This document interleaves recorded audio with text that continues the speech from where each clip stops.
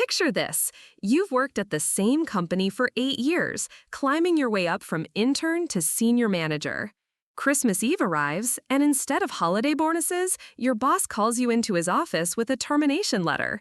You're devastated, cleaning out your desk while everyone else heads home to their families. But as you're walking to your car with your cardboard box of belongings, the building security guard stops you with 4 words that change everything. Ma'am, you own this. What happens next will blow your mind. I'd love to know which corner of the globe you're watching from. And if this story speaks to you, make sure to subscribe. Tomorrow's video is one you absolutely can't miss.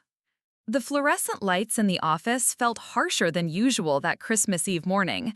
Lillian Ross adjusted her burgundy blazer and straightened the small stack of client files on her mahogany desk, trying to ignore the knot forming in her stomach. Something was off about today, and it wasn't just the unusually quiet atmosphere in the Chicago headquarters of Meridian Financial Services. For 8 years, Lillian had called this place home. She started as a 22-year-old intern, fresh out of Northwestern with a finance degree and dreams bigger than her studio apartment in Lincoln Park. Back then, she'd worn discount suits from Target and brought peanut butter sandwiches for lunch, watching the senior managers glide through the marble lobby in their designer heels and tailored coats. Now, at 30, she was one of those senior managers. Her corner office on the 42nd floor overlooked Lake Michigan, and her salary had grown from $28,000 to 6 figures. She'd earned every promotion through late nights, weekend work, and deals that brought millions to the company. The Hartwell merger alone had generated $47 million in revenue, and that was her baby from start to finish. But today, Richard Blackwood, the company's CEO, had been avoiding her. No morning greeting, no discussion about the Peterson account she'd been managing, nothing. His assistant, Margaret, had given her an odd look when she'd asked about their scheduled 2 o'clock meeting. "Ms. Ross, could you step into my office?" Richard's voice cut through her thoughts like a blade. He stood in her doorway, his silver hair perfectly styled, his navy suit impeccable as always, but his usual warm smile was nowhere to be found. Lillian's heart rate picked up. "Of course, Richard. Should I bring the Peterson files?" "That won't be necessary." The walk to his office felt longer than usual. The hallways, normally buzzing with activity, seemed eerily quiet. Most of the staff had left early for the holiday weekend, but the silence felt different somehow. Heavier. Richard's office was a testament to his success. Floor-to-ceiling windows, leather furniture that probably cost more than most people's cars, and awards covering nearly every inch of wall space. Lillian had been in this room hundreds of times, for meetings, strategy sessions, and performance reviews. She'd never felt uncomfortable here before. "Please, sit down." Richard gestured to the chair across from his massive oak desk. He didn't sit by himself. Instead, he stood with his back to her, looking out at the city below. "Lillian, this is one of the most difficult conversations I've ever had to have." The knot in her stomach tightened into a fist. "What's going on, Richard?" He turned around, and for the first time in 8 years, she saw something in his eyes she'd never seen before: guilt. "The board met yesterday. We're making some significant changes to our leadership structure." "Okay," she tried to keep her voice steady. "We've decided to go in a different direction with your position." The words hung in the air like smoke. Lillian felt the blood drain from her face. "I'm sorry, what are you saying exactly?" Richard reached into his desk drawer and pulled out a manila envelope. "Your employment with Meridian Financial Services is being terminated effective immediately." The room started to spin. "Richard, I don't understand. My performance reviews have been outstanding. The Peterson account is about to close, and it's worth $15 million to the company. The Hartwell merger? I know your contributions, Lillian. This isn't about performance." "Then what is it about?" Her voice was rising now, 8 years of loyalty and dedication crystallizing into anger. "It's a business decision. The board feels we need fresh perspectives in senior management." "Fresh perspectives?" She stood up abruptly. "I've brought this company over $200 million in the past 3 years. I've worked every holiday, every weekend. I've sacrificed relationships, family time, everything for this place." Richard's jaw tightened. "The decision is final. Security will escort you out once you've cleared your office." Security? The word came out as barely a whisper. You're having me escorted out like a criminal? It's standard protocol for executive departures. Lillian stared at him, searching his face for any sign of the man who had mentored her, who had celebrated her victories, who had once told her she reminded him of his own daughter. That man was gone, replaced by this cold stranger in an expensive suit. After everything I've done for this company, for you personally, this is how it ends? On Christmas Eve? Richard looked down at his hands. I'm sorry, Lillian. I truly am. The envelope felt heavier than it should have as she took it from the desk. Inside, she knew, would be the formal termination letter, probably some paperwork about her final paycheck and benefits, the end of 8 years reduced to legal documents. I need you to understand something, Richard, she said, her voice steady now despite the earthquake happening inside her chest. I've given you everything. My 20s, my energy, my ideas that made you millions, and you're throwing me away like I'm nothing. He couldn't meet her eyes. I wish things could be different. No, you don't. If you did, they would be. The walk back to her office felt like a funeral march. A few remaining employees looked up from their desks as she passed, their faces showing confusion and concern. Word would spread quickly through the office that Lillian Ross had been terminated. By January, she'd be just another cautionary tale about corporate loyalty. Her hands shook as she pulled the cardboard box from the supply closet. 8 years of her life had to fit into one small container. The awards from clients, the photo from the company retreat in Aspen, the small succulent plant she'd nursed back to health during her first year, everything that had made this space hers. The Peterson files sat on her desk, meticulously organized and ready for the final presentation she'd never give. Months of work, relationships with clients who trusted her, deals that would now go to someone else to complete. Richard would probably hand it all over to Derek Martinez, the new hire who'd been circling her accounts like a vulture for months. As she packed, memories flooded back. The night she'd stayed until 3 in the morning to finish the Hoffman proposal, surviving on vending machine coffee and determination. The celebration dinner after landing the Morrison Group contract. The way Richard had smiled when she'd presented the restructuring plan that saved the company $12 million. All of it is meaningless now. A soft knock interrupted her thoughts.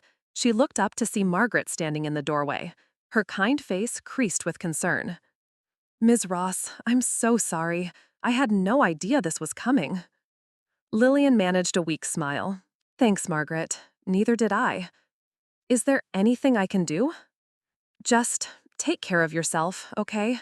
Apparently, loyalty doesn't mean much around here anymore. Margaret's eyes filled with tears. You're the best manager this company has ever had. Everyone knows it. Everyone except the people who matter. The security guard appeared behind Margaret, a young man Lillian didn't recognize. Great. They'd sent someone who didn't know her, didn't know she'd been walking these halls for nearly a decade. Ma'am, I'm here to escort you out. The cardboard box felt impossibly heavy as she lifted it. Her purse, her coat, 8 years of her career reduced to what she could carry. The elevator ride down 42 floors was silent, except for the mechanical hum of the machinery. The lobby, usually bustling with activity, was nearly empty. The massive Christmas tree in the center still twinkled with lights, and holiday music played softly from hidden speakers. Last week, she'd helped organize the company Christmas party that happened right here. She'd given a speech about teamwork and success, about the Meridian family. What a joke. The cold December air hit her face like a slap as they walked through the revolving doors. Chicago in winter was unforgiving, and today seemed especially brutal. Her breath formed small clouds as she headed toward the parking garage, the security guard trailing behind her. Ma'am, the guard called out, his voice stopping her mid-step. Ma'am, wait a minute. Lillian turned around, clutching the cardboard box tighter against her chest. The security guard was jogging towards her, his radio crackling with static. He was younger than she'd initially thought, maybe mid-20s, with kind brown eyes that seemed genuinely concerned. Ma'am, I need to ask you something. He stopped a few feet away, slightly out of breath. Are you Lillian Ross? Yes, that's me.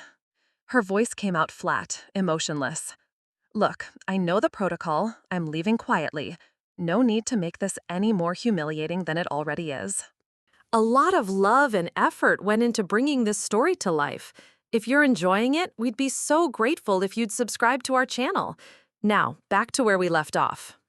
The guard shook his head, pulling out a tablet from his jacket. No, ma'am, that's not why I'm asking. I just got a notification on our system. He tapped the screen several times, his brow furrowed in concentration. This is going to sound crazy, but according to our property management database, you're listed as the owner of this building. Lillian let out a bitter laugh. I'm sorry, what? The system shows that Lillian Ross is the registered owner of 2847 North Michigan Avenue. That's this entire building. He turned the tablet toward her, and she could see official-looking documents displayed on the screen. That's impossible. I rent a one-bedroom apartment in Lincoln Park. I drive a Honda Civic. I definitely don't own a 47-story office building in downtown Chicago. She shifted the box to one arm and rubbed her temples. This day was getting more surreal by the minute. The guard looked as confused as she felt. Ma'am, I've been doing building security for 6 years. I've never seen anything like this. The system doesn't make mistakes like this. It's connected directly to the city's property records. There has to be an error. Maybe there's another Lillian Ross in the system. That's what I thought too, but look, he tapped the screen again. It shows your date of birth, your social security number, even your employee ID from Meridian Financial Services. This is definitely you. Lillian set the cardboard box down on the sidewalk and took the tablet with trembling hands. There it was, clear as day, her full name, her personal information, and a property deed dated 8 years ago. 8 years ago, right when she'd started working at Meridian. This can't be real, she whispered, scrolling through the documents. I would know if I owned a building worth hundreds of millions of dollars. Ma'am, there's more. The guard's voice was gentle, like he was trying to break news to someone who'd suffered enough shocks for one day. According to this, you don't just own this building. The system shows you own the entire city block. The tablet nearly slipped from her hands.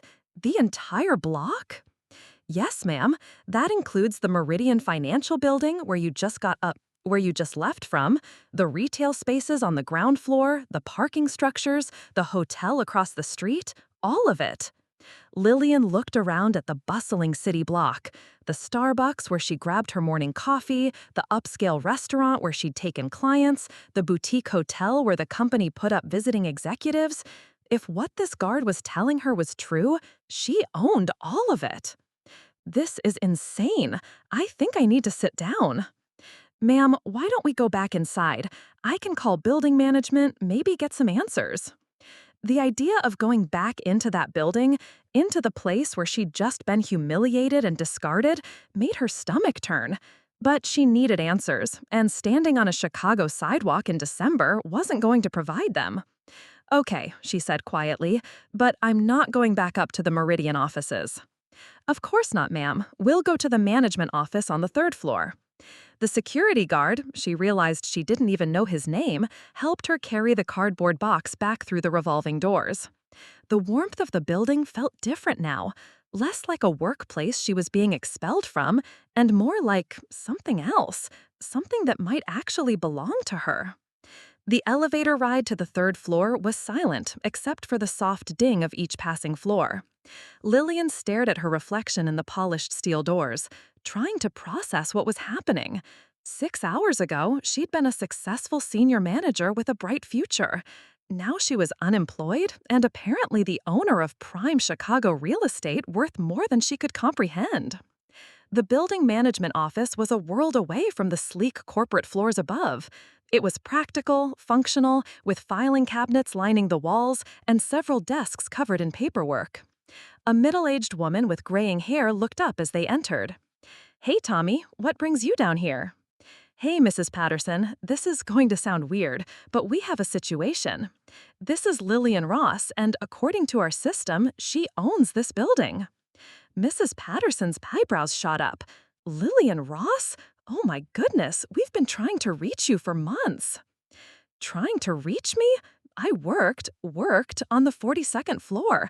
I've been here every day for 8 years. No, you don't understand. Mrs. Patterson was rifling through a filing cabinet now, pulling out thick folders. We've been sending correspondence to a P.O. box in Springfield. That's the address we had on file for the property owner. I've never had a P.O. box in Springfield in my life. Mrs. Patterson spread several documents across her desk. Miss Ross, your grandmother, Eleanor Ross, owned this entire city block. When she passed away 8 years ago, she left everything to you. The lawyers handling the estate set up the P.O. box arrangement and hired our company to manage the properties. My grandmother? Lillian's voice cracked. Eleanor Ross died when I was in college. She lived in a tiny house in Springfield and worked as a seamstress her entire life. That may have been her public life, but privately, she was one of the wealthiest women in Illinois. Mrs. Patterson opened another folder. She started buying properties in Chicago in the 1960s when this area was considered undesirable. She had an eye for investment and held on to everything as the neighborhood gentrified. Lillian sank into a chair, her mind reeling. Why didn't anyone tell me? Why didn't the lawyers contact me directly? According to the instructions your grandmother left, you weren't to be informed of the inheritance until you turned 30 or until you experienced a significant life event that would require financial independence. A significant life event? The lawyers were quite specific. They were monitoring your employment status. Being terminated from your job qualifies as such an event. Tommy the security guard whistled low. So she's really the owner? Oh yes, Mrs. Patterson said, pulling out more paperwork. Ms. Ross, you own this building, the hotel across the street, 3 retail buildings, 2 parking structures, and a small office complex 2 blocks east. Your annual rental income, after management fees and expenses, is approximately $12 million. The room started spinning again. $12 million? Per year. Your grandmother was very specific about reinvesting profits back into property maintenance and acquisition. The portfolio has been growing steadily for the past 8 years. Lillian tried to do the math in her head. $12 million a year for 8 years, minus expenses, but plus growth? How much am I worth? Mrs. Patterson consulted another document. Current estimated net worth is approximately $240 million. The silence in the room was deafening. Tommy had stopped breathing. Mrs. Patterson was watching Lillian carefully, as if worried she might faint.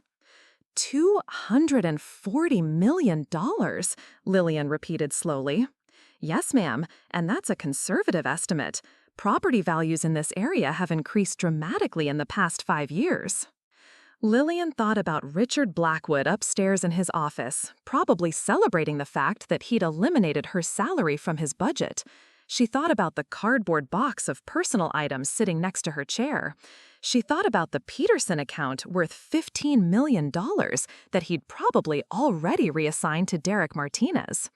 Then she started laughing. It started as a small chuckle, then grew into something bigger.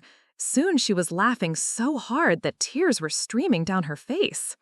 Tommy and Mrs. Patterson exchanged worried glances. "Ma'am, are you okay?" Tommy asked. "I'm better than okay," she managed between fits of laughter. "I just got fired from my job as a senior manager, making $150,000 a year. And it turns out I'm worth $250 million, and I own the building where my former boss works." The absurdity of it all was overwhelming. She'd spent 8 years climbing the corporate ladder, working herself to exhaustion, sacrificing everything for a company that had just thrown her away like garbage. And all this time, she'd been wealthy beyond her wildest dreams. "Mrs. Patterson," she said, wiping tears from her eyes, "I need to know everything, every detail about these properties, the income, the legal arrangements, all of it." "Of course, Miss Ross, it's going to take some time to go through everything." "That's fine. I've got nothing but time now." She looked up at the ceiling, thinking about the Meridian Financial Services offices 40 floors above them. And I have a feeling I'm going to need to understand exactly what I own before I decide what to do next. Tommy shifted uncomfortably. Ma'am, should I let upstairs know that you're the owner? Lillian's smile was sharp as the winter wind. Not yet, Tommy. Not just yet. 3 hours later, Lillian sat surrounded by manila folders, legal documents, and financial statements that painted a picture she never could have imagined. Mrs. Patterson had called in the property management team, and now the small office resembled a war room with charts and spreadsheets covering every available surface. The Grandview Hotel generates approximately $2.8 million annually, explained David Chen, the portfolio manager who'd been overseeing her assets. The retail spaces on the ground floor bring in another $4.1 million, and the office buildings contribute $5.3 million. Lillian studied the rental agreements spread before her, and Meridian Financial Services pays how much for their space? David flipped through a thick contract. They have a 15-year lease agreement signed in 2018. Annual rent is $3.7 million, with built-in increases of 4% each year. So Richard Blackwood's company pays me almost $4 million a year in rent? Technically, the management company has been collecting it on your behalf, but yes, Meridian is actually your largest single tenant. The irony was so thick she could cut it with a knife. For 8 years, she'd worked to generate profits for a company that was secretly paying her millions in rent. Every deal she'd closed, every client she'd landed, every late night she'd spent building Richard's empire, he'd been doing it all while sitting in space that belonged to her. David, I need to understand something. Who else knows about this arrangement? The management company, obviously, the legal firm that handles the estate, Morrison, Burke & Associates, and he hesitated. And who? Well, we always assumed the tenant companies didn't know who the actual property owner was. Most commercial leases don't require that disclosure. But given the specific nature of your employment situation, the lawyers might have protocols in place. Mrs. Patterson cleared her throat. Ms. Ross, there's something else you should know. Your grandmother left very specific instructions about what would happen if you were ever mistreated by any tenant company. What kind of instructions? The older woman pulled out a sealed envelope from the bottom of one of the filing cabinets. This was only to be opened under very particular circumstances, specifically if you were ever wrongfully terminated, discriminated against, or treated poorly by any company operating in your buildings. Lillian took the envelope, with Eleanor Ross written in elegant cursive across the front. Inside was a handwritten letter on cream-colored stationery. "My dearest Lillian," she read aloud, "if you're reading this, it means someone has made the mistake of underestimating you. I spent my life watching powerful men take credit for the work of brilliant women, and I vowed that you would never suffer the same fate. The properties I've left you aren't just an inheritance, they're your independence. Use them wisely, and remember that true power comes not from the money itself, but from knowing when and how to use it. The lawyers have prepared additional documents for situations exactly like this one. Trust your instincts and don't let anyone make you feel small ever again. With all my love, Grandmother Eleanor." The room fell silent, except for the distant hum of traffic outside.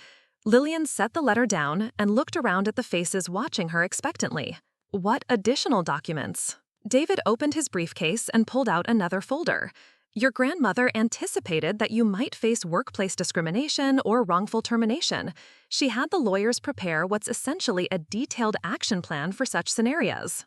An action plan for what? For exercising your rights as a property owner. He spread new documents across the desk. Every commercial lease has clauses about conduct standards, reputation protection, and grounds for termination.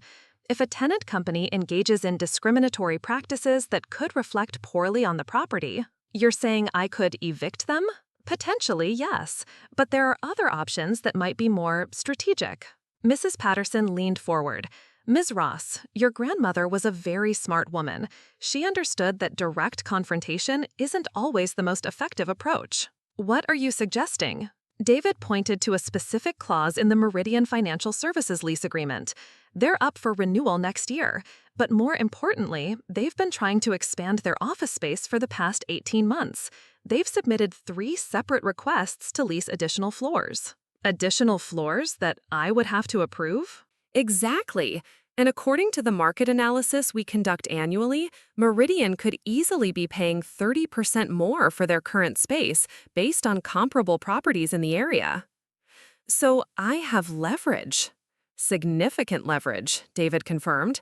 You could approve their expansion at current rates, deny it entirely, or, he paused dramatically, or what? Or you could present them with a revised lease agreement that reflects current market rates and includes additional terms that protect against discriminatory employment practices. The beautiful, elegant revenge of it all was starting to dawn on her. Richard Blackwood had fired her, thinking she was powerless, just another disposable employee. He had no idea that his company's entire future depended on the goodwill of the woman he'd just humiliated. How quickly could something like that be arranged? Mrs. Patterson consulted her phone. The legal team is on retainer. If we called them now, they could have preliminary documents ready by tomorrow morning. Tomorrow is Christmas Day. Miss Ross, these lawyers charge $800 an hour. They'll work Christmas if you need them to. Lillian walked to the window overlooking the busy street below. Pedestrians hurried past carrying shopping bags and gift boxes, heading home to their families for the holiday. This morning, she'd planned to spend Christmas Day alone in her apartment, maybe ordering Chinese takeout and watching old movies. Now she was contemplating a complete upheaval of her former employer's business operations. Her phone buzzed with a text message. Derek Martinez, the ambitious junior executive who'd been angling for her accounts. Hey Lillian, heard about today. Really sorry. Don't worry, I'll take good care of your clients. The audacity of it was breathtaking. He was already circling her accounts like a vulture, probably texting clients before her desk was even cleared. She turned back to the room full of property management professionals waiting for her decision. David, what would happen if I decided to terminate Meridian's lease entirely? They'd have to relocate their entire operation. Given the size of their footprint and the specialized requirements for a financial services firm, finding comparable space in Chicago would take months, possibly over a year. And what would that do to their business? It would be devastating. They'd lose clients during the transition, face massive relocation costs, and potentially violate contracts with their own clients who expect them to maintain their current address.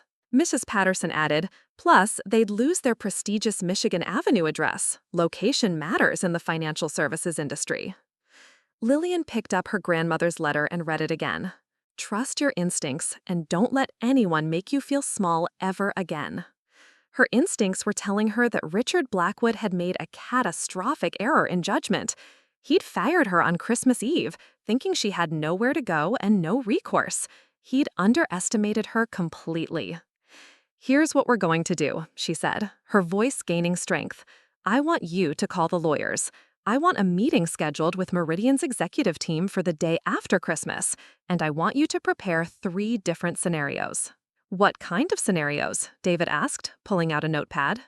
Scenario 1, lease renewal at current rates with a formal apology and reinstatement of my position at an executive level. And Scenario 2, lease renewal at market rates, the full 30% increase, plus implementation of strict anti-discrimination policies overseen by an independent third party. That's going to cost them significant money, Mrs. Patterson observed. Good. And Scenario 3? Lillian's smile was cold as December wind. Lease termination, 60 days notice, as specified in their contract. David was writing furiously. Miss Ross, Scenario 3 would essentially destroy their business. Then they shouldn't have destroyed mine. Her phone buzzed again. This time it was a text from Sarah Williams, one of her closest colleagues. Can't believe what happened today. Richard called an emergency meeting right after you left. He's telling everyone the termination was due to performance concerns. I'm disgusted. Performance concerns? After 8 years of exemplary service and record-breaking results, Richard was already rewriting history to protect himself. He was probably spinning some story about how the company was better off without her, how they needed fresh blood and new perspectives. Mrs. Patterson, do you have records of tenant complaints or issues with Meridian Financial Services? Let me check. She opened another filing cabinet. Actually, yes. We've had several noise complaints from other tenants about late-night parties and excessive alcohol consumption in their offices. There was also an incident 6 months ago involving inappropriate behavior at the building's holiday party. What kind of inappropriate behavior? Sexual harassment allegations that were reportedly swept under the rug by upper management. Lillian felt her jaw clench. She'd heard whispers about Derek Martinez making female employees uncomfortable, but when she'd brought concerns to Richard, he'd dismissed them as office gossip. Now she was learning that there had been formal complaints that had been ignored. David, I want that information included in our legal preparation.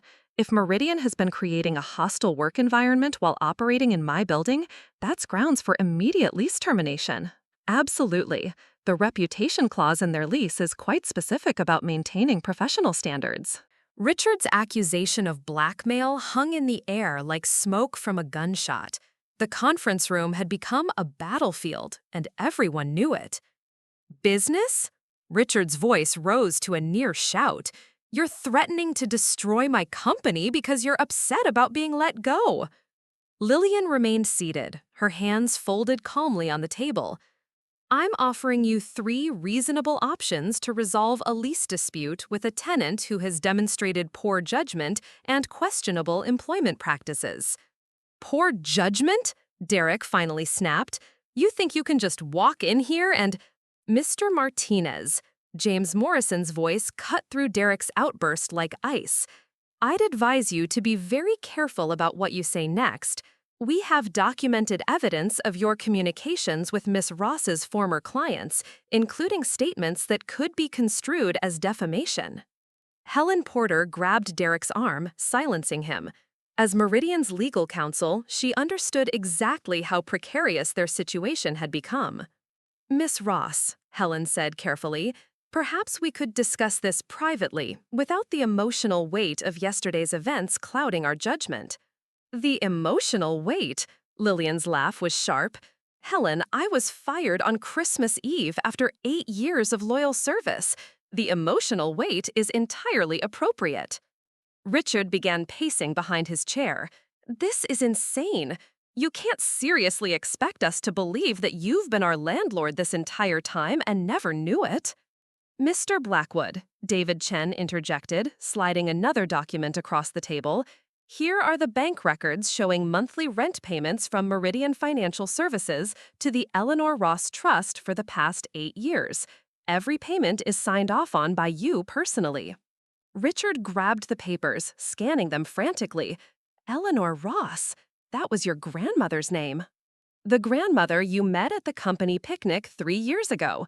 You complimented her on her apple pie and told her how proud she must be of my success. The color drained from Richard's face as the memory clicked into place. He'd spent 20 minutes chatting with Eleanor at the annual company barbecue, never realizing he was talking to the woman who owned the ground he stood on. She seemed like such a sweet old lady, he whispered. She was. She was also a brilliant businesswoman who spent 60 years building an empire while men like you underestimated her. Lillian's voice hardened. Just like you underestimated me. Helen was furiously calculating on her phone. The new lease terms would increase our annual costs by nearly $2 million. Plus the reputation risk premium, David added helpfully. That's an additional $800,000 annually. You're talking about almost $3 million in additional expenses, Helen continued. That would devastate our profit margins.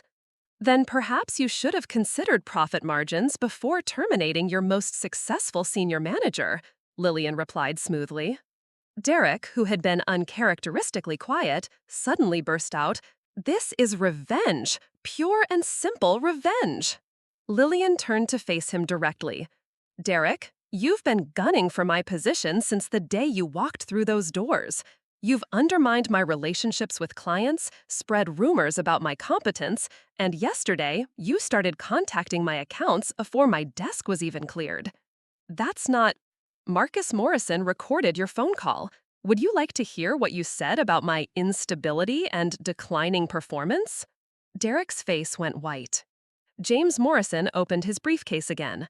We also have documentation of the harassment complaints that were filed against upper management. What harassment complaints? Richard demanded. The ones involving Jessica Chen, Amanda Foster, and Sarah Williams. 3 separate incidents over the past year where Mr. Martinez made inappropriate comments and advances. All reported to HR, all dismissed without proper investigation. Helen was taking notes frantically now. Richard, did you know about these complaints?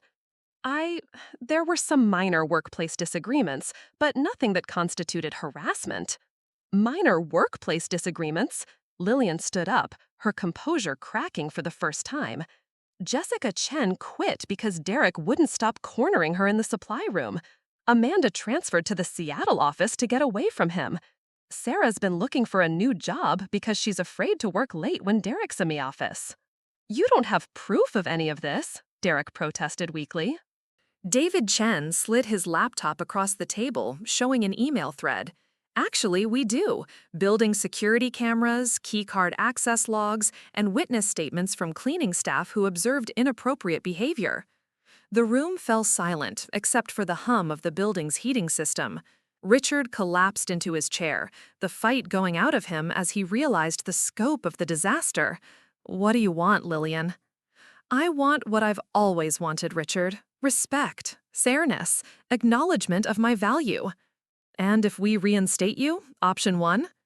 Then we move forward professionally. You keep your building, I keep my career, and Derek finds a new job somewhere far away from any women who might have to work with him. Derek shot up from his chair. You can't make them fire me. I have rights. Mr. Martinez, James Morrison's voice was deadly calm. You have the right to seek employment elsewhere. Given the documented evidence we've compiled, I'd suggest you take that opportunity before this becomes a legal matter. Helen leaned over and whispered something in Derek's ear. Whatever she said made him sit back down immediately. Option 2, Helen said, clearly trying to regain control of the situation. What would the settlement amount be? 2 years' salary, plus damages for defamation of character. Derek's phone calls to my clients cost me professional relationships that took years to build. That's over $400,000, Richard calculated quickly. Plus the increased lease payments, the mandatory policy implementation, and the third-party oversight, David added. You're looking at approximately $4.8 million in additional costs over the next year. Richard's hands were shaking now. And option 3? You know what option 3 is. The CEO of Meridian Financial Services, the man who'd built his reputation on ruthless business decisions and iron-fisted control, looked defeated. His company's entire operation depended on staying in this building. Their letterhead, their client relationships, their prestigious address, all of it would vanish if they were forced to relocate. I need time to think about this. You have until 5 o'clock today, Lillian said, checking her watch. The lawyers will be standing by with paperwork for whichever option you choose. 5 o'clock? That's impossible. I need to consult with the board, run financial projections. Richard, you fired me with 0 notice on Christmas Eve.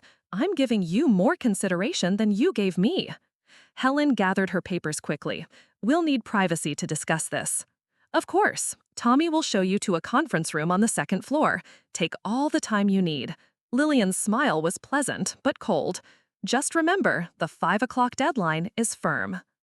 As the Meridian team filed out, Derek trailing behind like a whipped dog, Richard stopped at the doorway.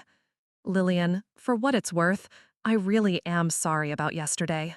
No, you're not, Richard. You're sorry you got caught. After they left, the room erupted in quiet celebration. Mrs. Patterson was grinning from ear to ear, and Tommy was shaking his head in amazement. Miss Ross, James Morrison said, your grandmother would be incredibly proud right now. I hope so. Lillian walked to the window overlooking Michigan Avenue. Below, holiday shoppers hurried along the sidewalks, oblivious to the corporate drama unfolding 40 floors above them. Her phone buzzed with a text from Sarah Williams. Emergency meeting called for 3 p.m. Everyone's freaking out. Richard looks like he's seen a ghost. What happened? Another message came through, this one from Jessica Chen in Seattle. Heard through the grapevine that something big is happening with Derek and Richard. Please tell me you're involved somehow. The network of women who'd been affected by Meridian's toxic culture was larger than she'd realized. Derek's behavior hadn't just hurt her, it had driven away talented employees and created an environment where women felt unsafe and undervalued. Mr. Morrison, she said, turning back to the room, I want to add something to the settlement terms if they choose option 2. What did you have in mind? I want them to establish a Women's Leadership Development Fund, $1 million annually to support female employees pursuing advanced education and leadership training. That's an excellent addition. And I want Derek Martinez permanently banned from any management positions within the company.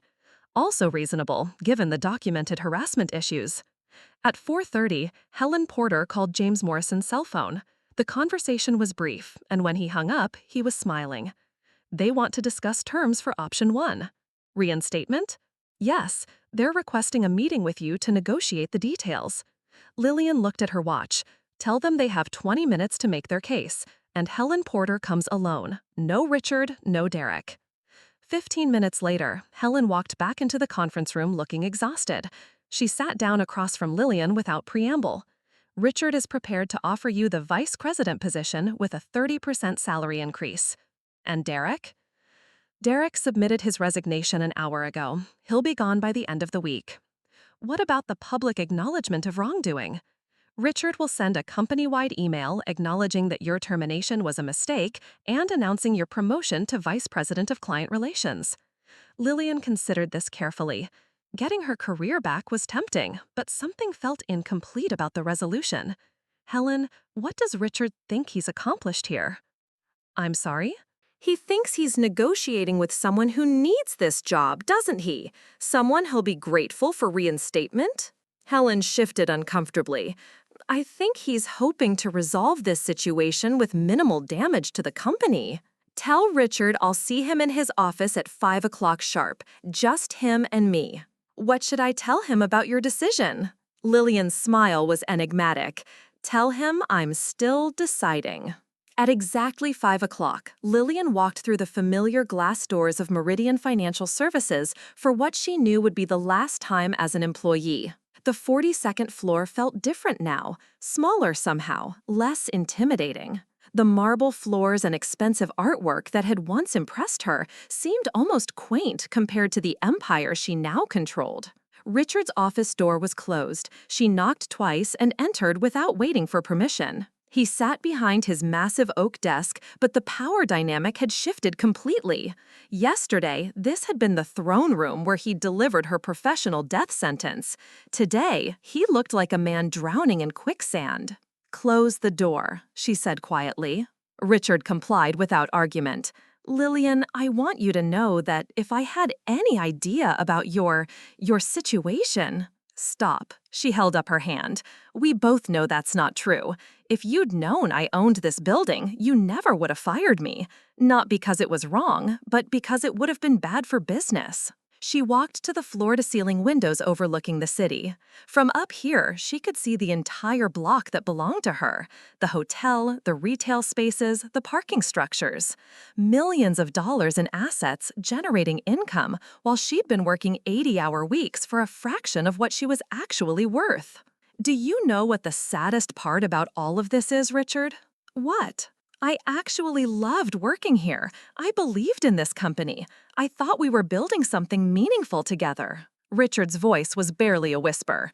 We were. No, we weren't. You were building your legacy on the backs of people you considered expendable. The moment it became convenient to get rid of me, you didn't hesitate. She turned away from the window to face him directly. I've made my decision about the lease. Which option? None of them. Richard's face went white. None of them? Lillian, please, you have to be reasonable. I'm being perfectly reasonable. I'm choosing option 4. There is no option 4. Lillian smiled, but there was no warmth in it.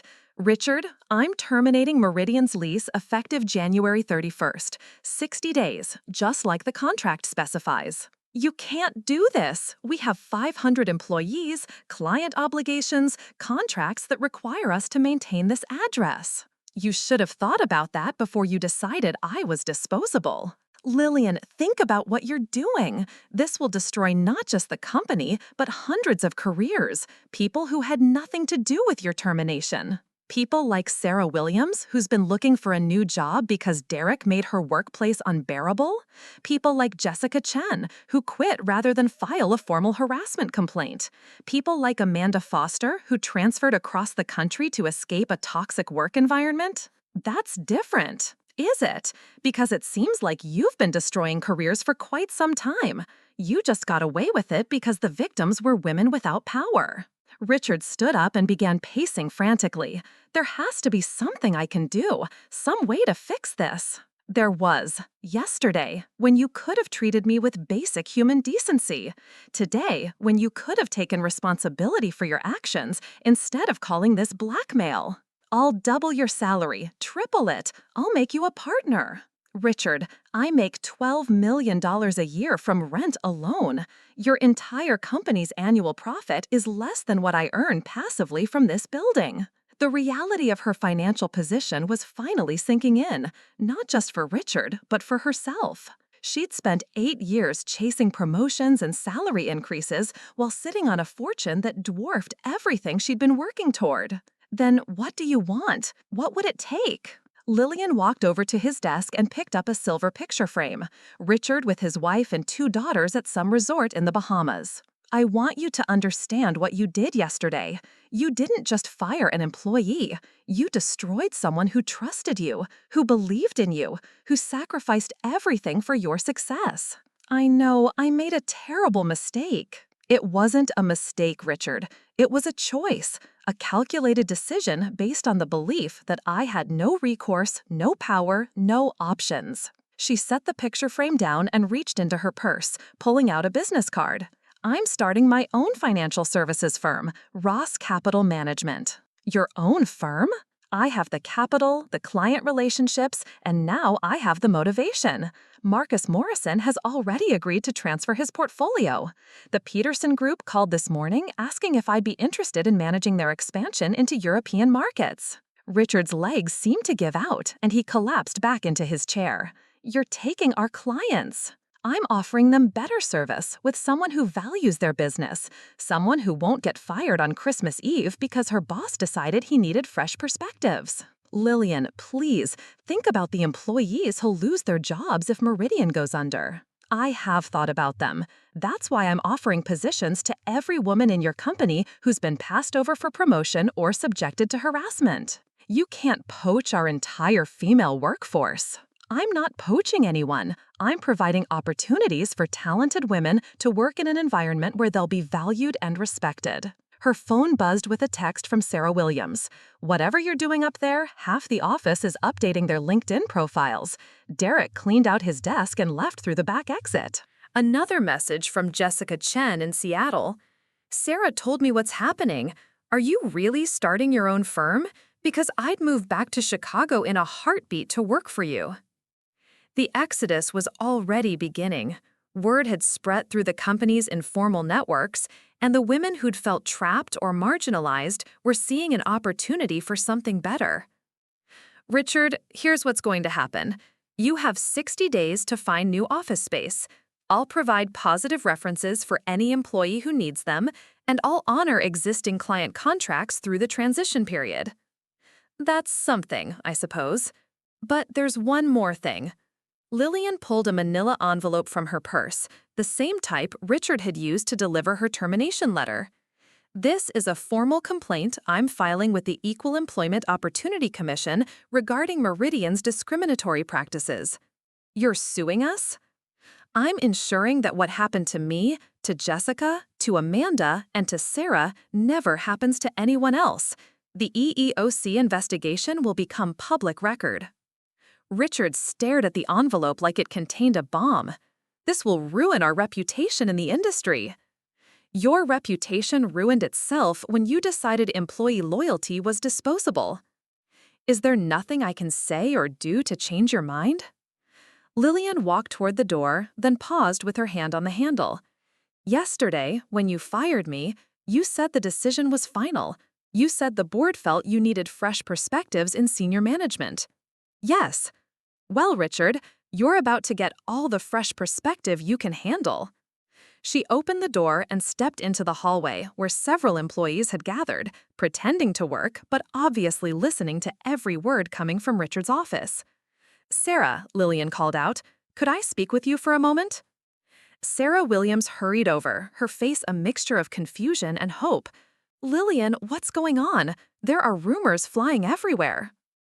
How would you feel about joining a new financial services firm as Director of Client Relations? Are you serious?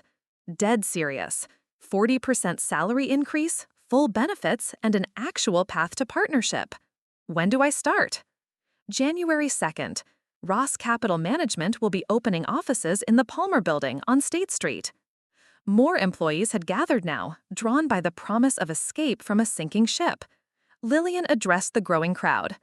Anyone interested in exploring opportunities with a company that values integrity, merit, and treating employees like human beings instead of disposable assets should send me their resume.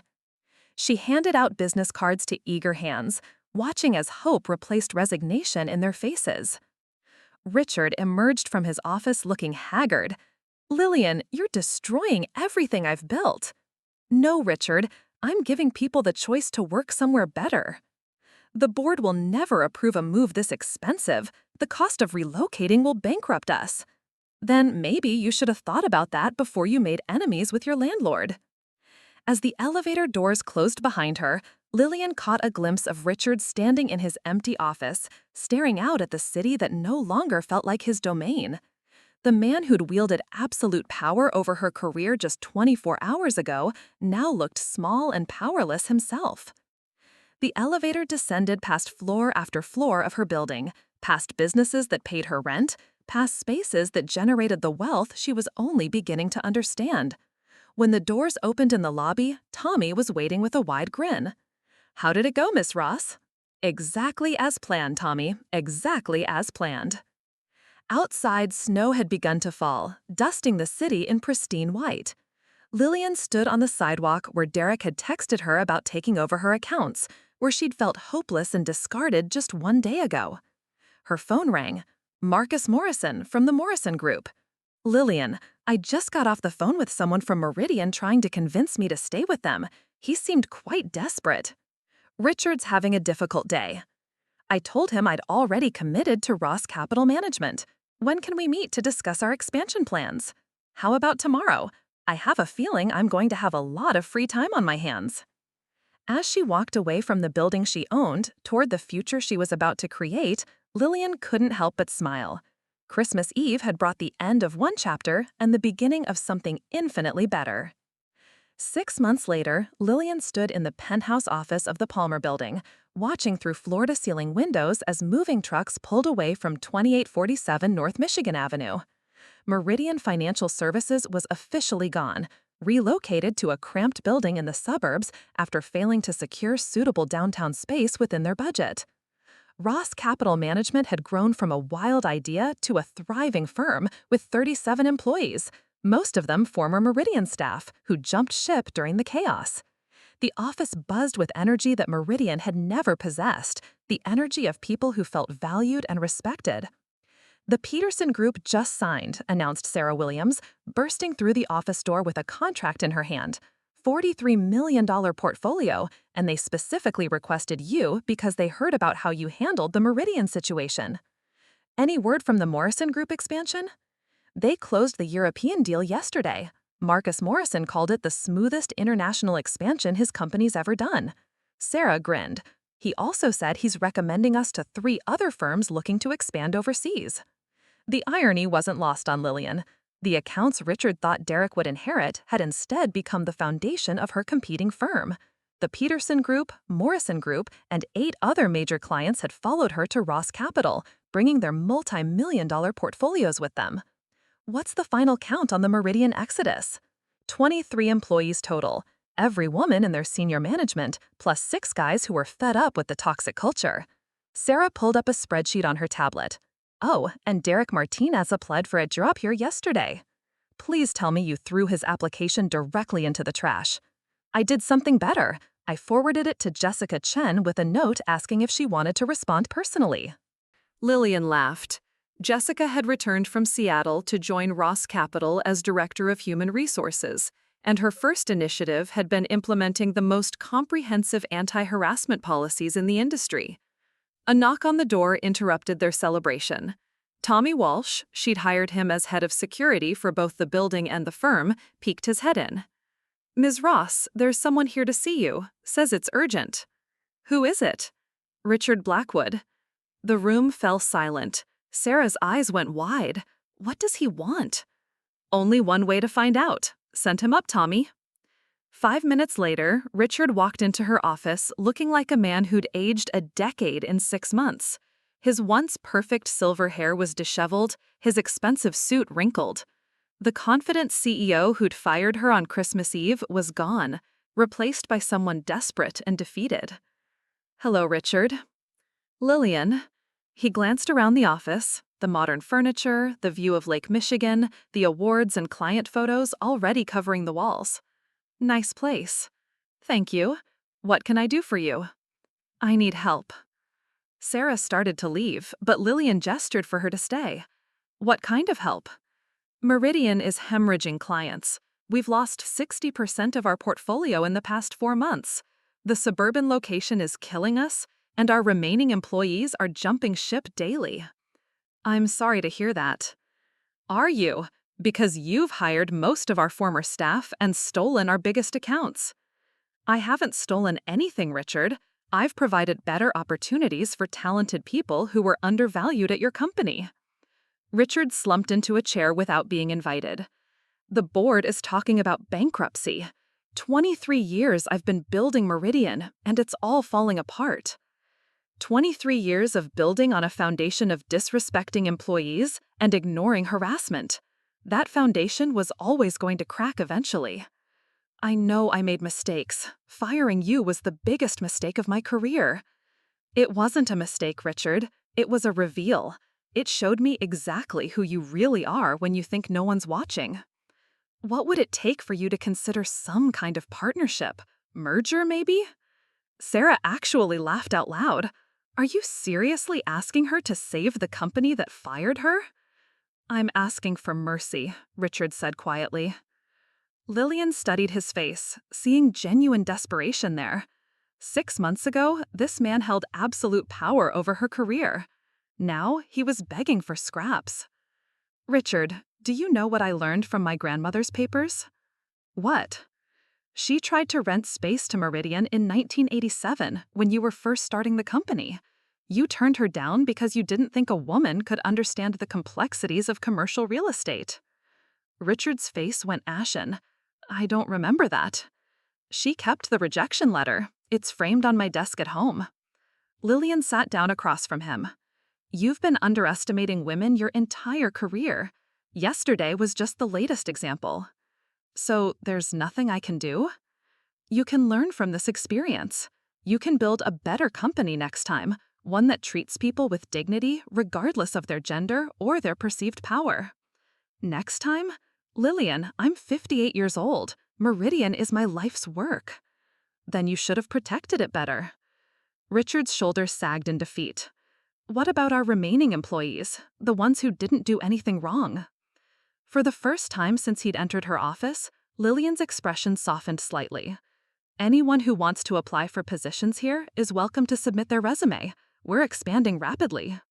"You'd hire Meridian employees?" "I'd hire qualified people who can contribute to a respectful work environment. The company they used to work for is irrelevant." "And the clients we still have?" "They're free to choose whoever they think will serve them best." Richard stood slowly, like a man carrying the weight of the world. "I suppose this is goodbye then." "I suppose it is." At the door, he turned back one more time. "Lillian, I want you to know that you were the best employee Meridian ever had." "I know." After he left, Sarah let out a long whistle. That was ice cold. He made his choice 6 months ago. Now he gets to live with the consequences. The phone rang and Sarah answered. "Ross Capital Management, this is Sarah Williams."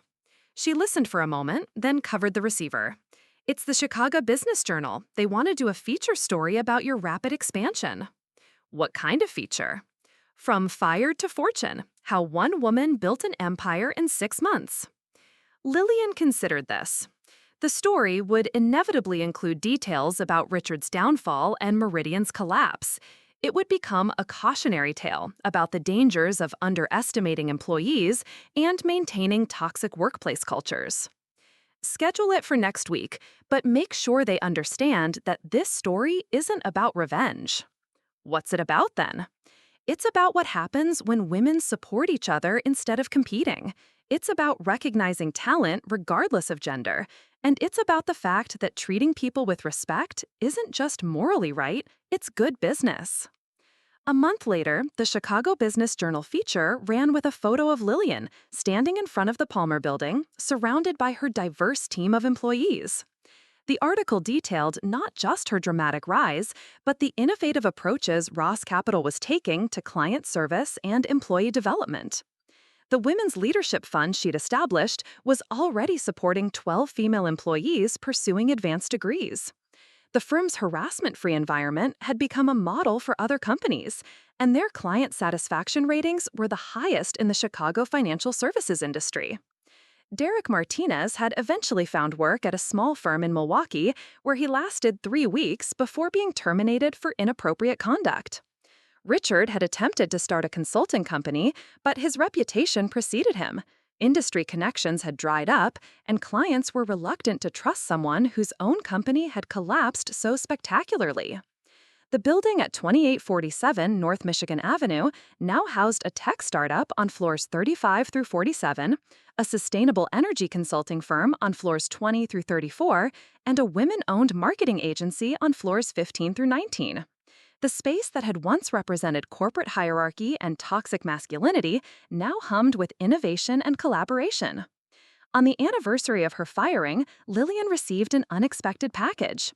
Inside was a bottle of champagne and a note from Eleanor's lawyer. Your grandmother left instructions for this to be delivered exactly 1 year after you discovered your inheritance. She wrote, "By now, you'll understand that the greatest revenge is living well and lifting others as you rise.